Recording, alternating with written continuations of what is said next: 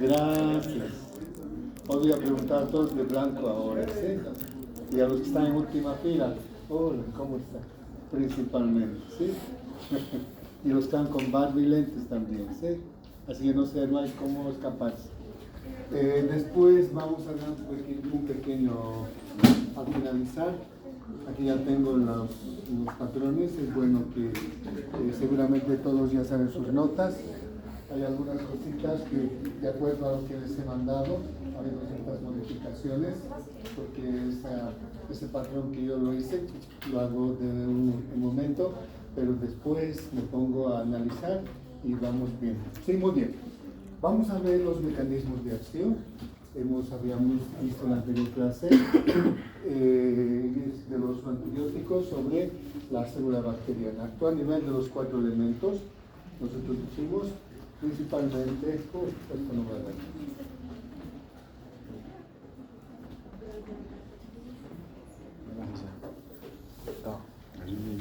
Claro. Actúa inhibiendo síntesis de pared celular, actúa alterando la membrana citoplasmática, actúa especialmente a nivel de los inhibiendo el bloqueo de la síntesis de los ácidos nucleicos y también va a actuar a nivel principalmente de los ribosomas. Esto está más simple.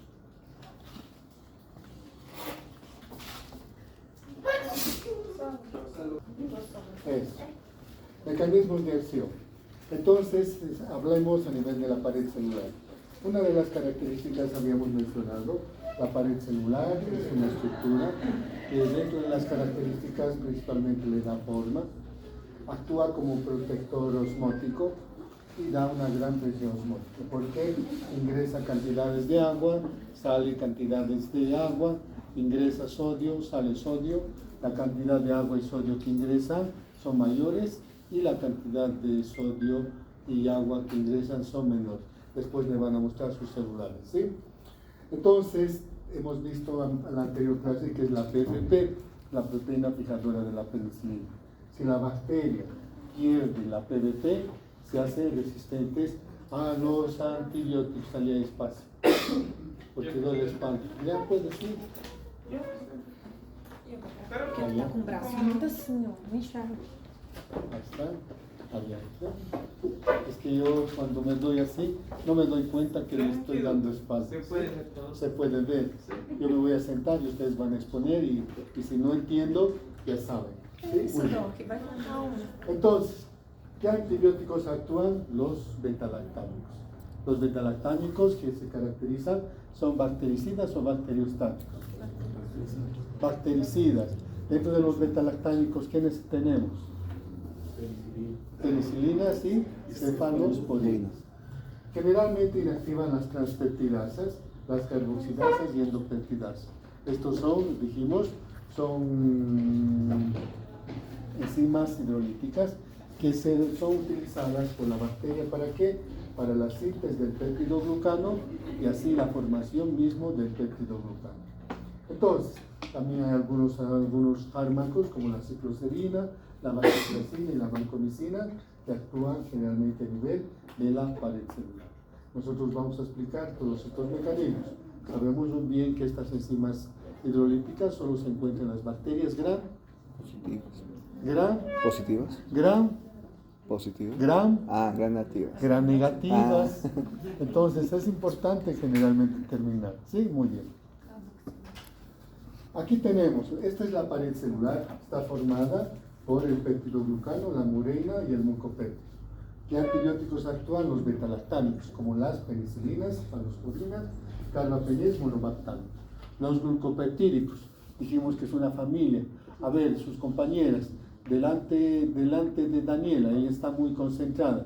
Entonces, los glucopeptídicos, tenemos generalmente grupos representantes. ¿Qué grupos representantes de los glucopeptídicos? La vancomicina. ¿Y dónde actúan ellos? Pared celular, membrana citoplasmática y los ribosomas. ¿Sí? Ustedes ya tendrían que saber. Entonces, les decía a ustedes, ingresa cantidades de agua y sale cantidad de agua. Ingresa iones de sodio, sale iones de sodio. La cantidad de agua y sodio que ingresa son en mayor proporción, pero la cantidad de agua y sodio que sale son en menor proporción, por lo tanto se ejerce una presión osmótica que es mayor. Debido a este factor, por eso función de la pared celular es actuar como protector osmótico, ¿sí? Entonces, cuando los beta-lactámicos actúan inhibiendo síntesis de péptidoglucano en la pared celular, generalmente, ¿qué hacen? Pueden actuar a nivel de 3 factores, si son gram negativo, y a nivel de 2 factores, si son gram positivo. Y es lo que vamos a explicar nosotros ahora, justamente lo que queríamos haber avanzado en la anterior clase. ¿Se acuerdan? ¿Sí? Sí, nos acordamos. Entonces, volvemos a repetir. Dentro de los betalactámicos, como ejemplo, tenemos la penicilina. Ingresa agua, sale agua. Ingresa sodio, sale sodio. La presión osmótica que se ejerce siempre va a ser mayor. La penicilina, en su estructura química, está formada por anillo beta-lactámico y generalmente anillo y un grupo de benceno. Pero también en su estructura, la penicilina tiene dealanil y alanina. Entonces, ¿y qué es el dealanil y alanina? También una cadena tetrapeptídica lateral. No nos olvidemos que el péptidoglucano está formado por un espinazo. ¿Qué más? Cadenas tetrapeptídicas laterales y puentes transversas. ¿Sí? Qué bueno. Y dentro de las cadenas tetrapeptídicas laterales, vamos a decir que también tiene dealanil y alanina. Entonces, cuando la penicilina se ve en gram positivas y en gram negativas, cuando actúa, entonces este dealanil y alanina es un componente del péptidoglucano. Fíjense, tiene cierta analogía, cierta similitud. Entonces, para que actúe la penicilina, este dealanil y alanina va a reemplazar el dealanil de alanina del péptidoglucano. Y al reemplazar, no hay síntesis de péptidoglucano. Se debilita la pared celular y debido a la presión osmótica que se ejerce, que les dije la anterior vez, se rompe la pared celular. Esto se da en las gram positivas y también se da en las gram negativas. Segundo mecanismo de acción. Tenemos la PVP. ¿Qué es la PVP? La proteína fijadora de la penicilina. Si la bacteria pierde la PVP, se hace resistente a la penicilina. Entonces, esta PVP, la proteína fijadora de la penicilina, cuando empieza a actuar, forma las enzimas. Ahora sí están entendiendo. Forman las enzimas autolíticas. Y esas enzimas autolíticas van a producir lisis de la pared celular. Y al producir lisis de la pared celular, ¿por qué factores? Se debilita pared celular por la presión osmótica que se ejerce, se rompe la pared celular. Esto se da en las gram positivas y también se da en las gram negativas. Doutor, qual é a diferença de romper a parede celular quando... ¿Por qué? Una de las funciones de todos estos componentes es formar la pared celular. Realizar síntesis para que se siga conformando, siga habiendo esa estructura de la pared celular. Pero cuando no hay esa síntesis, entonces debilita. Muchas veces si hablamos de las paredes, por ejemplo, tenemos que hacer un mantenimiento de las paredes. Pasaron 10 años, 20 años, se van descascarando y hay que hacer mantenimiento, más o menos de esa manera, para que te des cuenta cómo ocurre en la pared celular de las células bacterianas. O que eu quero perguntar é, por exemplo, o ácido clorídrico do estômago acaba com as paredes celulares das bactérias. ¿Sí? E a penicilina também. Qual é a diferença dos dois? De debilitar. De debilitar? Debilitar quiere significar, como no hay síntesis, ya no se enriquece la pared celular. Ya no hay síntesis de pared celular. Y como no hay síntesis de pared celular, entonces no tiene alimento, se debilita. Cuando nosotros no consumimos alimento, igual. Entonces, ¿qué va a hacer? Se va a romper porque la presión que se ejerce en el citoplasma es mayor. Sí. ¿Sí? Muy bien. Y también se da en las gram positivas y se da en las gram negativas. Luego tenemos las enzimas hidrolíticas, como generalmente las carboxidasas, endopeptidasas, transcarboxidasas, etc. Por ejemplo, las transpeptidasas, primero, para realizar síntesis, producen transpeptidación. Si hay transpeptidación, fíjense, hay síntesis de peptidoglucano. Y si hay síntesis de peptidoglucano, generalmente va a haber síntesis de la pared celular. Entonces, cuando el antibiótico, la penicilina, actúa a este nivel, no hay transpeptidación, no hay síntesis de peptidoglucano, se debilita la pared celular y por la presión que se ejerce se rompe la pared celular. ¿Sí? Necesito algo. Sí. Gracias. Sí. Gracias.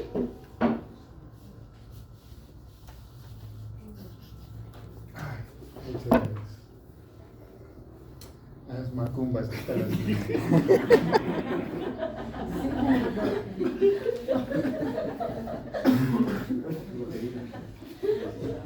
Mateus, para fazer uma Estou brincando, sim. Mateus. Cuando estoy mucho tiempo aquí, soy yo. No, esa era de Bahía, vamos a decir. No es. Ay, pero ya tengo me dieron para la limpia y todo eso, así que no hay problema. No, es que es por porque no fui a la natación. Cuando voy a la piscina, yo. Gracias. Atienda. Marla. Silêncio, galera. Gracias, Daniela. Después. Entonces, fíjense, solo voy a borrar esto para que ustedes se den cuenta.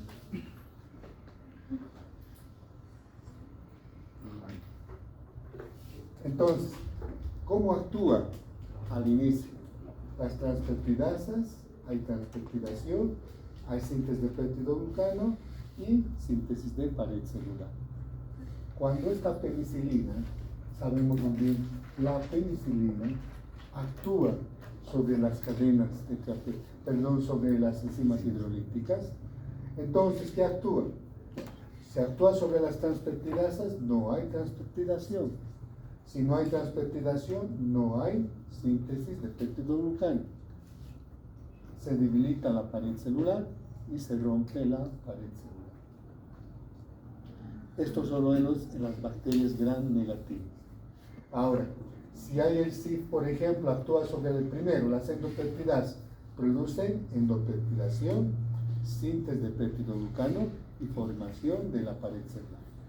Si se actúa sobre las endopeptidasas, no hay endopeptidación, no hay síntesis de peptidoglucano, se debilita y se rompe la pared celular. Lo propio en las carboxidasas. No hay carboxidación, no hay síntesis de peptidoglucano, se rompe la pared celular. Entonces, si yo les pregunto, Oliver, si yo les digo, si la bacteria es gram negativa y pierde la pared celular, ¿bajo qué formas ingresa la penicilina? ¿O dónde ingresa o por dónde ingresa la penicilina?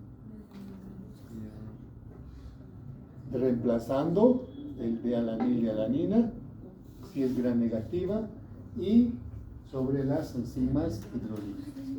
Si es que pierde la PVP, si es gram negativa, pero si es gram positiva y pierde la PVP, solo va a poder ingresar por el D-alanina y alanina, porque las gram positivas tienen D-alanina y alanina y también realmente la PVP, pero no tienen las enzimas hidrolíticas. ¿Sí? Sí. ¿Está bien? Perfecto. Espero que esté bien. Este es un cortecito, esta es la pared celular y esta es la membrana citoplasmática. 2 capas de fosfolípidos y una capa de proteínas. Vamos a ver ahora sobre la membrana citoplasmática. Creo que pregunté en el grupo. Las membranas citoplasmáticas está formada por 2 capas de fosfolípidos y una capa de proteínas. Pregunté. Creo que sí, me acuerdo. Enseguida vamos a ver en el examen. Y se van a dar cuenta que en el mismo examen están las respuestas. Entonces, ¿qué antibióticos actúan? Los polipéptidos. Y en el caso de los polipéptidos tendríamos la polilixina B. ¿Qué hace? Produce cambios en la permeabilidad selectiva. Sabemos muy bien que la membrana citoplasmática se encuentra por debajo de la pared celular. Y si yo quiero hacer un cortecito, este cortecito es lo que vamos a ver a mayor aumento. 2 capas de fosfolípidos y una capa de proteínas. Ingresa agua, sale agua. Ingresa sodio, sale sodio. Y generalmente la presión que se ejerce también en el citoplasma indirectamente actúa, altera a nivel de la membrana citoplasmática y también pared celular. ¿Qué antibióticos actúa? La polilixina B. ¿Y dónde actúa la polilixina B? A nivel de la capa de los fosfolípidos. Nosotros estamos haciendo una práctica de lavado y cepillado de manos. Los jabones también actúan a esta capa a nivel de la membrana citoplasmática. Los desordenan y los destruyen, ¿sí? Y entonces la polilixina al actuar, fíjense, está tan ordenado que cuando ingresa, estos están generalmente desordenados. Entonces, cuando actúa la polilixina, ingresa agua, ya no sale agua. Ingresa sodio, ya no sale sodio. Entonces va aumentando la presión osmótica, la concentración en la célula aumenta, indirectamente rompe, altera la membrana citoplasmática y rompe también la pared celular. ¿Sí? Aquí tenemos. ¿Qué antibióticos actúan? La polilixina B y la polilixina E. También la nystatina y generalmente la vancomicina, que está en la familia de los glucopeptídicos. ¿Se acuerdan? Perfecto. Entonces, ingresa agua, sale agua. Ingresa sodio, sale sodio. La presión que se ejerce siempre es mayor. Entonces, cuando el antibiótico actúa a nivel de la capa de los fosfolípidos, fíjense qué ocurre. Ya no ingresa agua, ya no sale agua. Ingresa sodio, ya no sale sodio. Entonces, esta presión aumenta, alterando la membrana citoplasmática y de esta manera también, en forma indirecta, va a romper también la pared celular bacteriana. Por eso dijimos que la polilixina es bactericida y también las penicilinas son bactericidas. Su mecanismo de acción es romper, matar principalmente a la célula bacteriana. Entonces hay lisis de la membrana, o alguien me dijo lisis, o alterar y rompimiento de la pared celular bacteriana. ¿Sí? Todo este material lo tienen, pero si quieren así en forma por pasos, también voy a poder colocar en la plataforma para que ustedes puedan entender y estudiar paso a paso. ¿Sí? Muy bien, fíjense qué ocurre. Estas son la capa de los fosfolípidos, esta es la capa de proteínas. Fíjense cuando actúan, cómo se altera. Va a ingresar agua, ya no sale agua. Ingresa sodio, ya no sale sodio. Tercer mecanismo, inhibición de síntesis proteica. A nivel de los ribosomas 50S tenemos el cloramfenicol, los macrólidos, las glicosamidas y las estreptograminas. O sea, y a nivel del ribosoma 30S tenemos los aminoglucósidos y tenemos las tetraciclinas. Por eso les decía a ustedes, es importante saber, por ejemplo, a nivel de los aminoglucósidos, ¿qué grupos representantes tenemos a este nivel? Acuérdense. A ver esta fila, primero esta fila. Aminoglucósidos. Cualquiera de ustedes. Ellos, no ustedes. A ver aquí. Gentamicina. ¿Qué más tenemos? Neomicina. Amicacina. Tobramicina. Neomicina. Estreptomicina. ¿Sí? Sé que están pensando en parasitología. En parasitología no tenemos que pensar tanto, solo tenemos que ver que antiparasitarios, son pocos, están bien, ¿sí?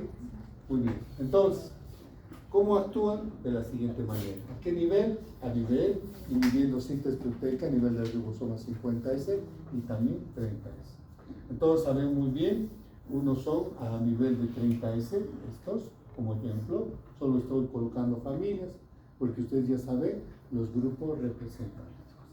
Entonces, aquí tenemos, en la inhibición de síntesis proteica, tenemos la célula procariota. Denme un ejemplo de célula procariota. A ver, denme un ejemplo de célula procariota. Cianobacterias. Cianobacterias.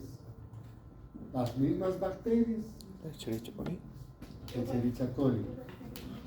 ¿Quiénes dije? Bueno, cuando digo denme un ejemplo de una célula procariota, bacterias, cianobacterias, más que todo bacterias. Y la que estamos estudiando. ¿Qué está pasando con ustedes? ¿Sí?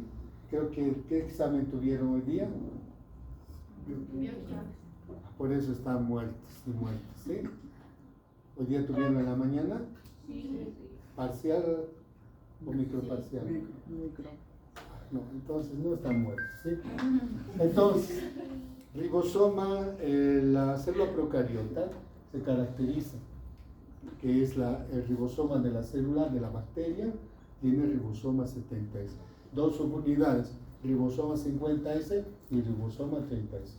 Nosotros, en nuestras células, porque somos células eucariotas, tenemos los ribosomas 80S con dos subunidades, ribosoma 40S y ribosoma 60. Cuando ustedes lleguen un poco más arriba, especialmente en farmacología, van a ver que tenemos muchos más todavía, ¿sí? Entonces, por ejemplo, el cloranfenicol actúa a nivel del ribosoma 50S, generalmente de la posición ribosoma 70S. El streptomicina, ribosoma 30S, bloqueando la actividad normal. Yo les he colocado en el examen un poquito de esto, pero basta con que ustedes hayan sabido que era ribosoma 30 o ribosoma 50, sabían a qué se refería, ¿sí? También la tetraciclina a nivel del ribosoma 30S, bloqueando la fijación del aminoácido de la ARN de transferencia. La eritromicina a nivel del ribosoma 50 actúa a nivel del ribosoma 70S. Aquí se determina una toxicidad selectiva en cuanto a la estructura. Alguna vez siempre se les va a decir, el cloranfenicol es un buen fármaco, pero nos produce efectos colaterales, las aplasias, alteraciones generalmente a nivel de la médula ósea. Entonces hay efectos colaterales. Pero ustedes me dirán, pero doctor, ¿cómo nos va a producir? Si nosotros, ¿dónde nos va a producir?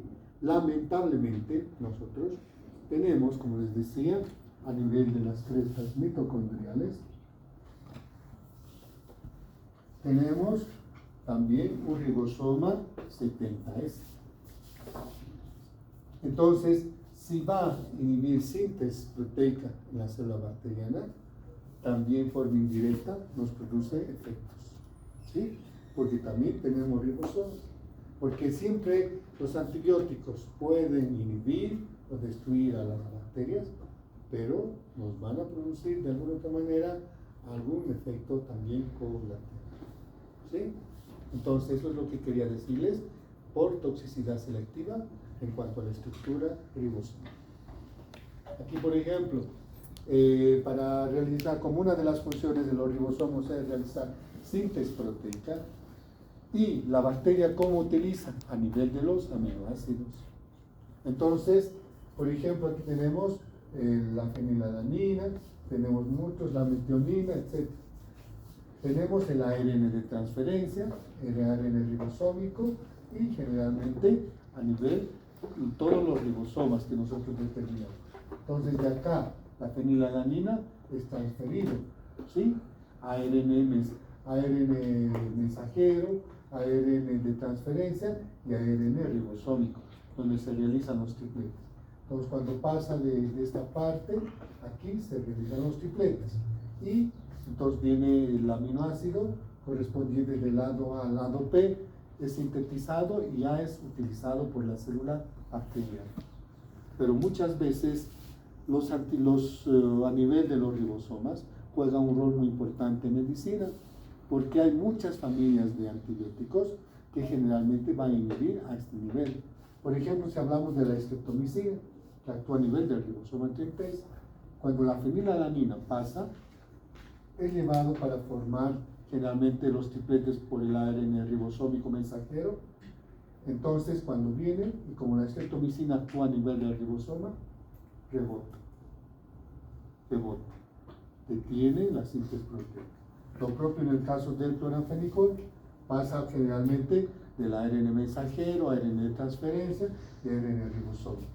El aminoácido va a pasar, pero como está actuando a nivel del peptidiltransferasa, fíjense, miren, rebota, inhibe, entonces detiene el desarrollo o la síntesis generalmente proteica a este nivel. Lo propio en estos casos, en la tetraciclina, entonces no deja, detiene generalmente síntesis proteica. Por eso no nos olvidemos que los ribosomas, como su rol principal es síntesis proteica, existe mucha familia de fármacos, de antibióticos, que generalmente va a inhibir síntesis proteica. A ver, sus compañeros nos van a ayudar un poquito. A ver, ¿quiénes están con celulares? Voy a preguntar a todos los que están con celulares. Si no me contestan, los grupos representantes tenemos que contestar. Yo veo todo de aquí. El doctor no ve nada, dice, pero yo veo todo.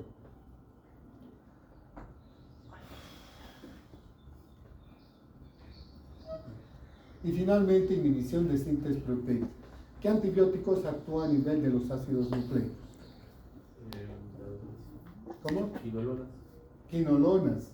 ¿Qué más?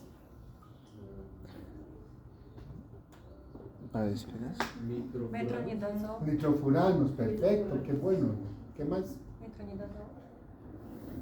El metronidazol, pero el metronidazol es antibiótico, pero es más, se utiliza más como antiparasitario que como antibiótico. ¿Sí? Muy bien, vamos a ver. Entonces, tenemos generalmente las sulfas, el trimetropil. A nivel del DNA tenemos las quinolonas, como dijo su compañero. Tenemos el metronidazol, que está también a este nivel.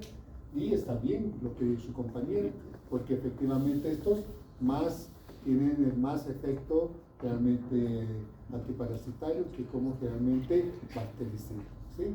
Los nitrofuranos, la rifampicina, las vancomicinas. Entonces, ¿cuál es su efecto de acción? A bloquear, actuar a nivel de las bases púricas pirimidínicas.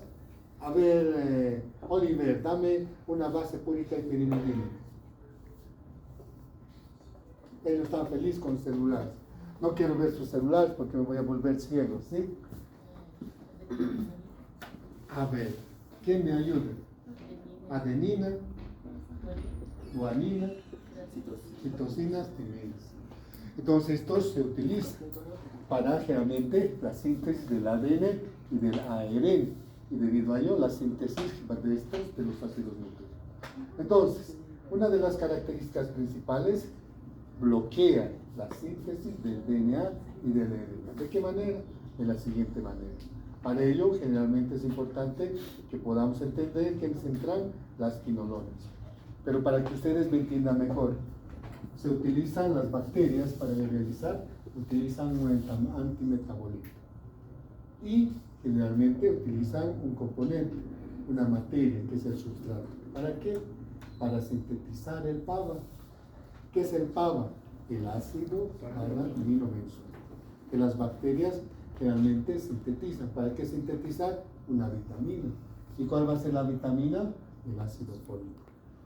Y a partir del ácido fólico, ellos ya producen para sintetizar ¿qué? Las bases púricas, las pirimidínicas, que son las bases nitrogenadas. Y si empiezan a realizar la síntesis, entonces ¿qué se va a producir? Síntesis del DNA y del ARN. Yo les había comentado ya en la anterior clase, no sé si fue este grupo o otro grupo, las bacterias son las únicas que tienen la capacidad de producir ácido fólico a partir generalmente del PABA. Por ejemplo, nuestro organismo no produce. Una mujer embarazada necesita grandes cantidades de ácido fólico. ¿Y de dónde obtiene? del suplemento alimentario que se le da generalmente a la casca, a la madre. ¿Sí? Entonces, para que se pueda realizar el bloqueo de la actividad enzimática, las quinolonas generalmente son bactericidas o bacteriostáticas. Así es, también las sulfamidas, bactericidas, bacteriostáticos. A nivel del PABA, también puede ser en forma indirecta, también a nivel del PABA. Entonces, ¿de qué manera? Muchas bacterias, generalmente, si vamos a poner ejemplo, las sulfamidas, generalmente, en vez, generalmente, de utilizar el sustrato, viene el antibiótico, va a reemplazar al sustrato y se va a unir con el antimetabolito de la bacteria. Al unirse, entonces, ¿qué se va a producir? No va a haber formación de PABA, de ácido paramilobenzoico. Y si no hay generalmente formación de ácido paramilobenzoico, peor aún, no hay formación de ácido fólico. Y si no hay formación de ácido fólico, ¿qué se va a producir en estos casos? Principalmente no va a haber síntesis de las bases nitrogenadas. Y si no hay síntesis de bases nitrogenadas, en este caso se va a producir el bloqueo de la síntesis del ADN y del ARN. Por eso estos actúan generalmente a nivel de estos, evitando de que generalmente se forme especialmente el ácido fólico, a partir especialmente del PABA. ¿Sí?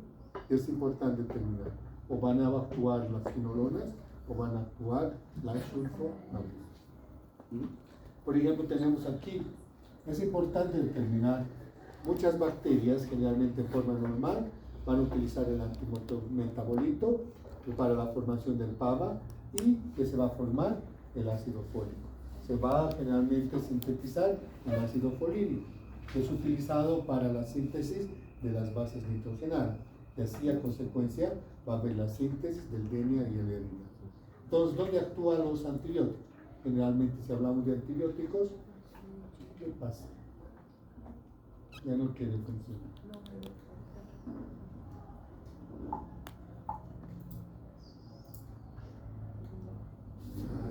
Está igual que el doctor, ¿sí? Entonces, ¿qué significa? Significa que en estos casos van a actuar generalmente a nivel del PABA, evitando aquí, no hay formación de ácido fólico, no hay ácido folínico, se bloquea la síntesis del DNA y del RNA. Ya no funciona.